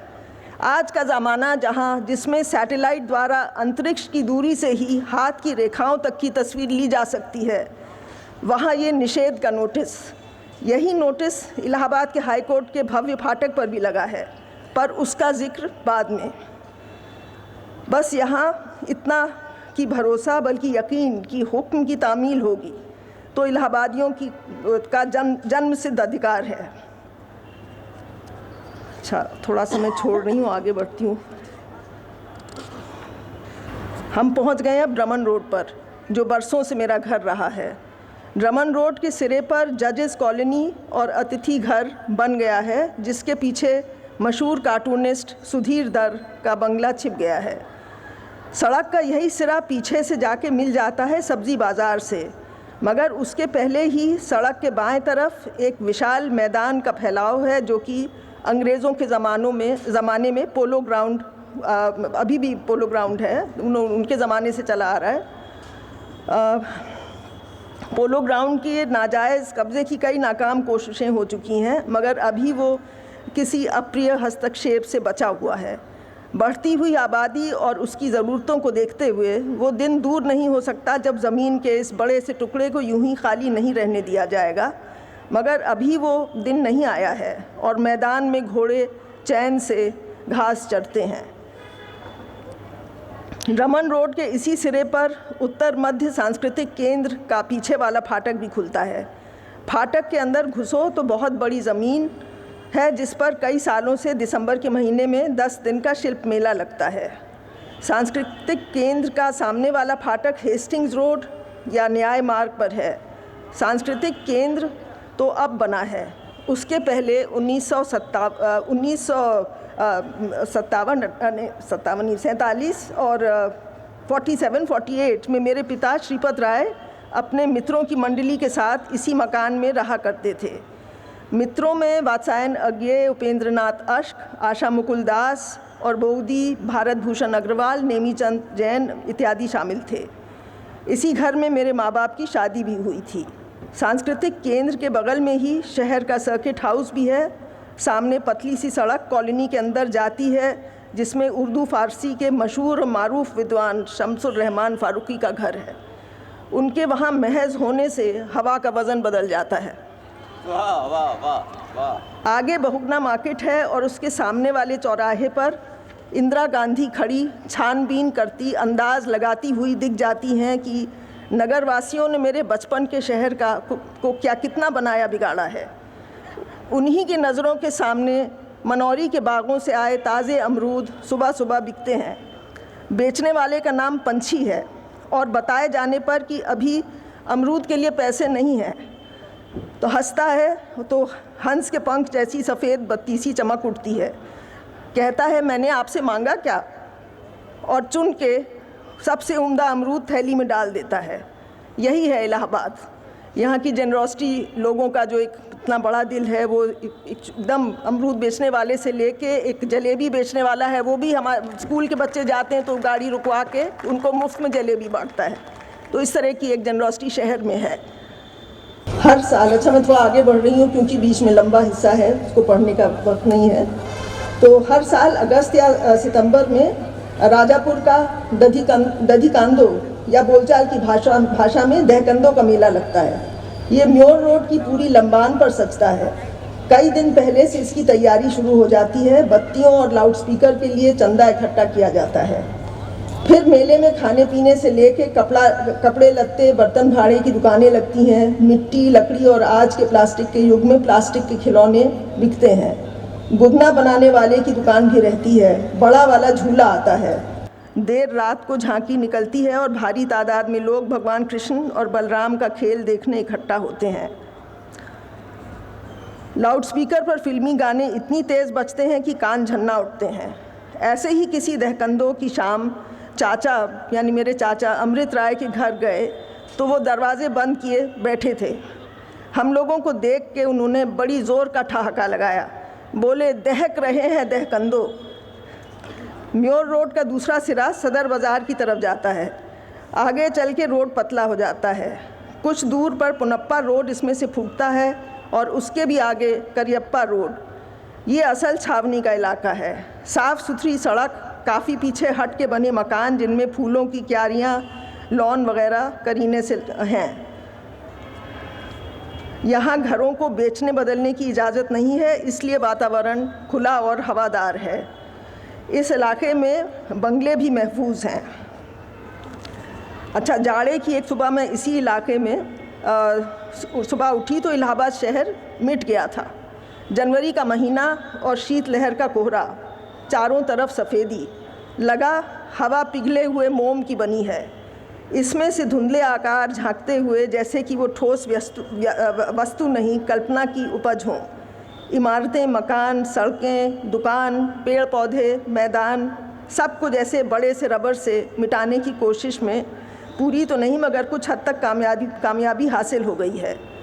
किसी भुतैले प्रदेश से उतरी धुंध में खोया हुआ इलाहाबाद सिर धुनता हुआ अपने को गुन रहा है, फिर से गढ़ रहा है, जैसे अपने आप से पूछता हो कि 21वीं सदी में क्या है उसकी पहचान। इसकी हवा में कौन सी बात थी, उसकी मिट्टी की क्या तासीर कि साहित्य, संगीत और इतिहास, न्याय और राजनीति, शिक्षा और चिकित्सा के क्षेत्रों की बड़ी बड़ी हस्तियों ने यहाँ तो या तो जन्म लिया या खींचते हुए चले आए।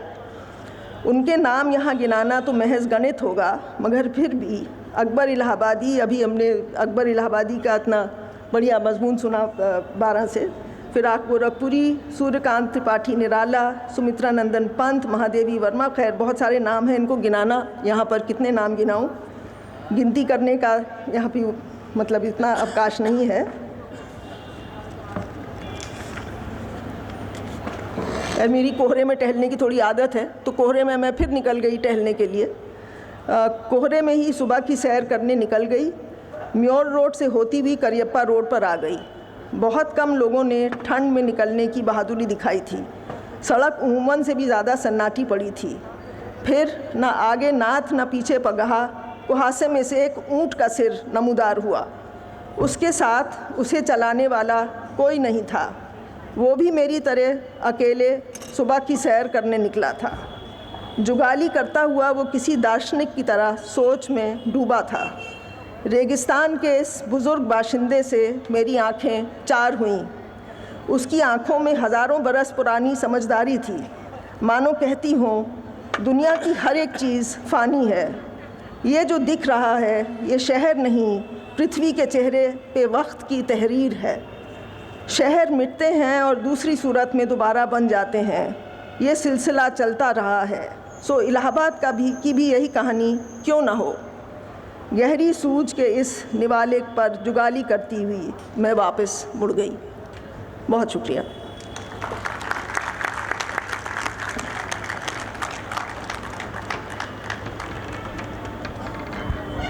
शुक्रिया सारा जी।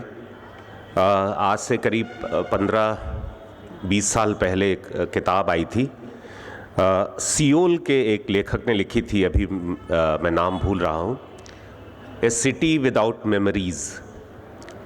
उसने उसकी एक दुर्घटना में याददाश्त चली गई थी और बहुत कई साल वो बिना याददाश्त के रहा। लेकिन धीमे धीमे जब उसकी याददाश्त वापस आने लगी तो उसने स्मृति के, यादों के या मेमोरीज़ के नुक्ते से हर चीज़ की समीक्षा करनी शुरू की। और उसने देखा कि हमारा शहर कितनी तेज़ी से हर 10-20 साल में बदल दिया जाता है। कभी एशियाड होता है, कभी ओलंपिक होता है, कभी अर्बन रिन्यूअल मिशन आते हैं, और धीमे धीमे वो जगहें जहाँ नुक्कड़ पे आपके फादर आने वाले होते थे तो उनको शाम को जब ऑफिस से आने वाले होते थे तो उनको लेने के लिए आप खड़े होते थे, अब वो नुक्कड़ तोड़ दिया गया है। तो बज़्म विरासत इस तोड़ फोड़ के ख़िलाफ़ एक तरह का स्मृति का संघर्ष है। हम लोग याद करने की कोशिश कर रहे हैं, हम लोग संजोने की कोशिश कर रहे हैं और अपने शहर की रूह को बचाने की कोशिश कर रहे हैं। और मुझे याद है जब तिग्मांशु भाई, ज़फ़र और रामचारी भाई भी थे, ये लोग इसकी परिकल्पना पे सबसे लंबी बात बांधवगढ़ में हुई थी बज़्म विरासत की। तो वहाँ से ज़फ़र का फ़ोन आया कि हमें सुनिए, वो फ़ोन हमेशा करते हैं तो ऐसे ही बोलते हैं, हमें सुनिए, तो यहाँ बहुत बवाल हम लोग ने सोच लिया है तो हमने कहा क्या बवाल सोच लिया है? कह रहे बवाल सोच लिया है, आगे विस्तार से बताएंगे, बहुत बड़ा प्रोग्राम करना है। और तिग्मांशु भाई एकदम टेम्पर पे हैं। तो हाँ, तो ये सारी बात हुई और वहाँ से ये सपना साकार हुआ है। इसने ये जो रूह थी उसको जिस्म मिला। ये बज़्म विरासत को हम लोग इसी तरह साल सजाते रहें, यही हम लोगों की उम्मीद है। मैं कार्यक्रम के अंत में अब प्रोफेसर नीलम सरन गौर जी को बुलाना चाह रहा हूँ। समकालीन जो अंग्रेज़ी साहित्य की दुनिया है उसमें एक बड़ा नाम नीलम जी का है। साहित्य अकादमी पुरस्कार भी उनको मिला अभी। और इलाहाबाद को लेके उनके पास एक ख़ास तरह की दृष्टि है और हमेशा उनकी रचनाओं से वो इलाहाबाद टपकता हुआ हम लोगों को महसूस होता है। नीलम जी।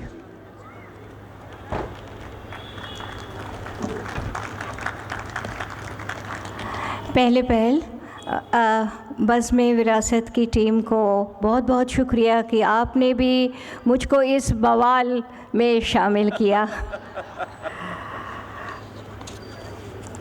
काफ़ी वक्त बीत गया है तो मैं ज़्यादा नहीं बोलूँगी। हर लेखक की अंतर्चेतना में भी एक विरासत होती है, लफ्ज़ों की, आवाज़ों की। और मेरी विरासत में राही मासूम रज़ा की आवाज़ मौजूद रहती है। और उन्होंने अपने गांव गंगोली के ऊपर जो लिखा वो पूरी तरह से इलाहाबाद के लिए लागू है। वो लिखते हैं, यह मेरा शहर है, मैं जब भी इसकी गलियों से गुज़रता हूँ यह मेरे कंधे पर हाथ रख देता है। मेरी छोटी बड़ी कहानियों के रास्तों में जगह जगह मिलता है, परंतु इसकी संपूर्ण वास्तविकता अब तक मेरे काबू में नहीं आई है। इसलिए मैं एक बार फिर इसे देखना चाहता हूँ। मेरा भी कुछ ऐसा ही हाल है। एक बार नहीं, बार बार मैं घूमकर इस शहर को देखती हूँ। हालांकि मैं अंग्रेज़ी में लिखती हूँ, मेरी पूरी कोशिश रहती है कि मेरी दूसरी भाषाएं हिंदी, उर्दू, बांग्ला, सबकी महक, सबकी धड़कन और सबकी झनकार इस अंग्रेज़ी में कहीं ना कहीं सुनाई दे। आज मैं एक बहुत छोटा सा एक्सट्रैक्ट पढ़ूँगी। ये मेरी एक बहुत हल्की फुल्की किताब से ली गई है, Allahabad Arya.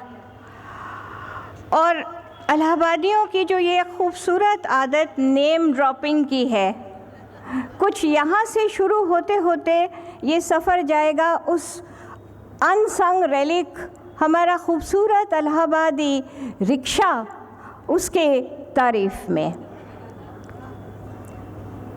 Not that I mind name dropping. You should see them name dropping for all they are worth here in the coffee house. Day in and day out you hear conversations like this. My great-granddad played chess with Motilal Nehru. Mine too. And there's Jawaharlal's wedding card still lying somewhere in my house. My grandmother got her face plastered by Shahnaz Hussain. Nonsense. How old was your grandmother and how old was Shahnaz then? Shahnaz was a kid then. So what did she plaster your nanny's face with? Mud and Cerelac? My mother and Teji Bachchan were great pals, and Amitabh once came to pay his respects long before he became an actor.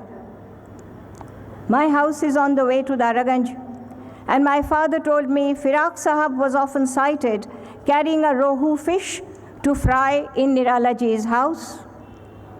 My amma heard Ravi Shankar give his first public performance at the Senate House, and Mahadevi Bua once gave me a painting lesson. Then, having exhausted all their resources, they might just as often start spinning colorful yarns. Like, when the declaration of Allahabad was made, by which the British Crown took over India from the East India Company, one of my ancestors covered it for an Anglo-vernacular paper.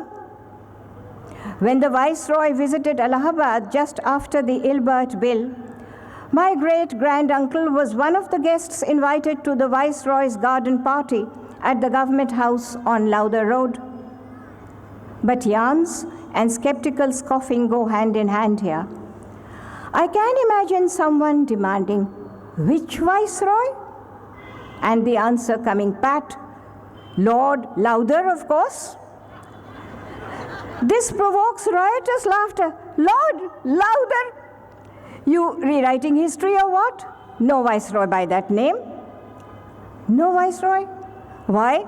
The place is fairly crawling with the names of Viceroys Stanley, Strachey, Thornhill, Edmundston. Rubbish. Those weren't Viceroys. What were they then? Chief Justices, a Commissioner, a police officer. But Hastings, Auckland, Clive, Elgin, what were those? Those were Viceroys, but no Lauder, I'm dead sure.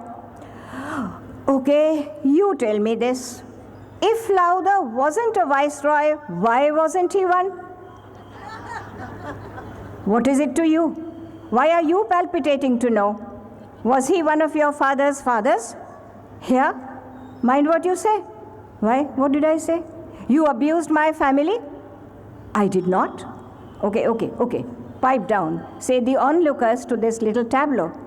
Really, does it matter now? Our roads are no longer catalogues of Viceroys, Mahatma Gandhi, Jawaharlal Nehru, Sarojini Naidu, Kamla Nehru, Kasturba, Dayanand, Vivekanand. The whole brigade has put all the Goras to flight.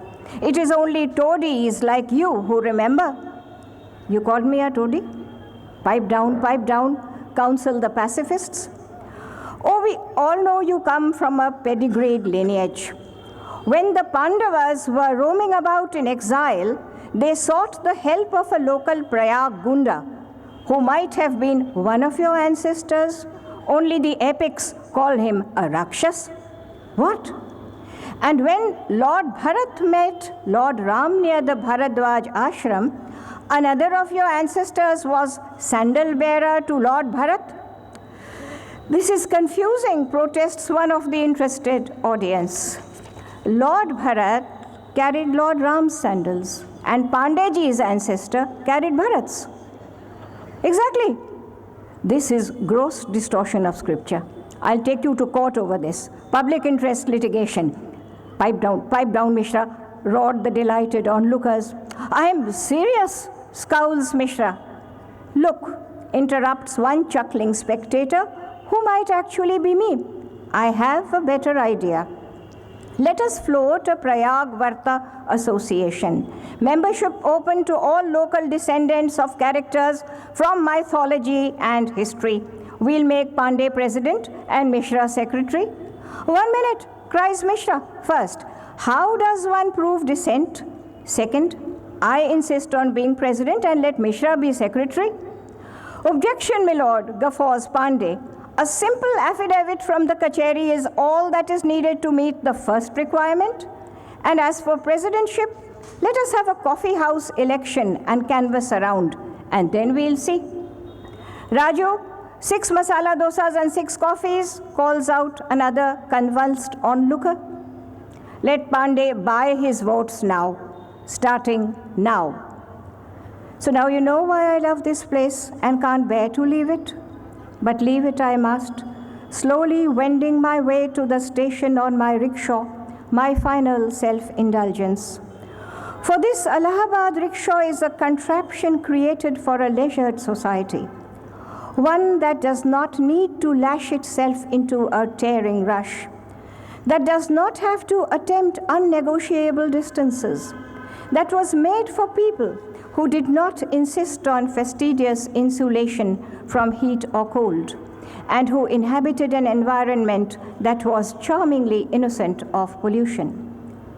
In other cities, the cycle rickshaw is a metallic thing in which the passenger is propped at a precarious angle, the feet resting on a narrow ledge, and the hindquarters perilously upheld by a slippery Rexine seat. And the hood too is an option, rather to be foregone than adopted. But the Allahabad rickshaw has a secure floor, a rectangular plank of wood on which the feet may dispose themselves as comfort dictates. The seat a flat, steady bench on which the passenger may plant himself as in an armchair. And the hood opens its sheltering pleats above the head with the courteous generosity of a state umbrella.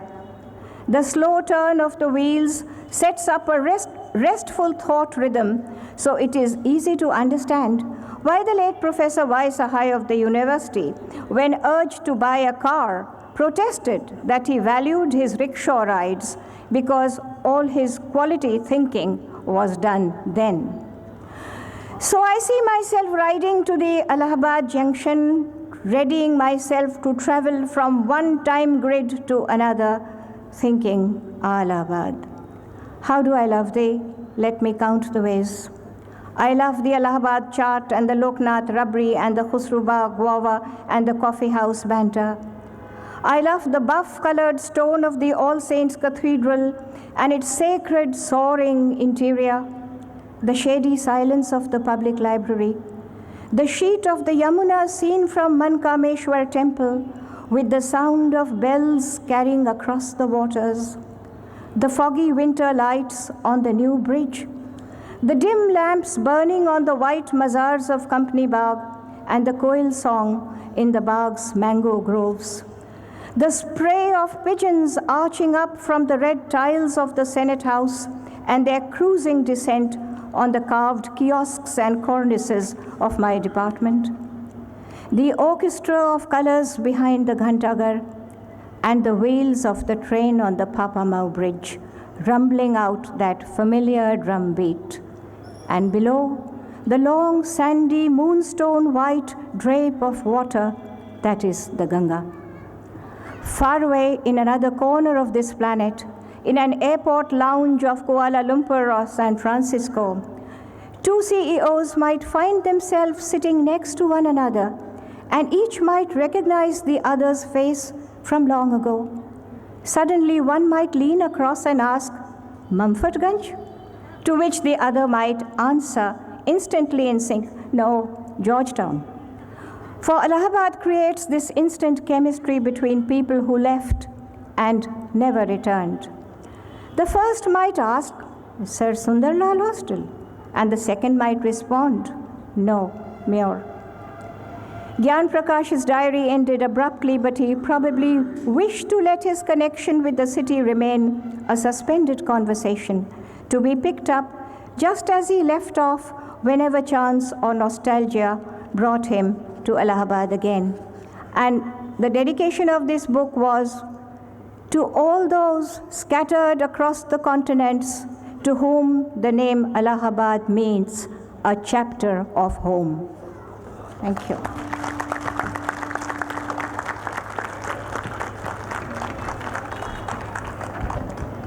बहुत शुक्रिया नीलम जी, आपकी English एकदम हिंदी जैसा वो वाली English जो हम लोग जिसको हम लोग गांधी जी के लिखने की विशेषता मानते रहे हैं, सहज और सरल बहती हुई। और आप देख रहे हैं कि हिंदी, उर्दू, इंग्लिश, अरबी, फ़ारसी, यहाँ पे बहुत सारे ट्रेडिशन हैं। एक और बड़ा लंबा रिश्ता है, वो है रूसी भाषा से, रशियन से। और यहाँ प्रोफेसर चेलिशेव आए, निराला जी के मेहमान बन के रहे। यहाँ गोपी कृष्ण गोपेश जी थे, जिन्होंने बहुत महत्वपूर्ण किताबों का अनुवाद किया, खासकर मिखाइल शोलोखोव की क्वाइट फ्लोज द डॉन का। तो रूसी भाषा से भी एक इलाहाबाद का बहुत नज़दीक का रिश्ता रहा है। चेलिशेव जब आए, और चेलिशेव ने खुद लिखा है ये संस्मरण, निराला जी के साथ वो चौक में घूम रहे थे, कभी कदा अकेले भी चले जाते थे। तो वहाँ उन्होंने कुछ जुमला सुना, तो उन्होंने कहा कि और उसका उन्होंने इंग्लिश में अनुवाद किया, तो वो समझ नहीं पाए कि इसका मतलब क्या हुआ। तो उन्होंने कहा कि वो कुछ नाइफ, ओ किंग नाइफ, कुछ ऐसा करके उन्होंने इंग्लिश में बताने की कोशिश की। तो निराला जी ने उनसे कहा, आसपास कोई लड़की थी क्या खूबसूरत? तो उन्होंने कहा हाँ शायद। तो कहे वो उसने कहा होगा हाय रजा चक्कू है। तो चेलीशेव जो है समझ नहीं पाए कि ये हाय रजा चक्कू है का मतलब क्या हुआ। तो फिर निराला जी ने उनको इस तरह से समझाया। तो बहुत सारे रंग हैं अपने इलाहाबाद के। ये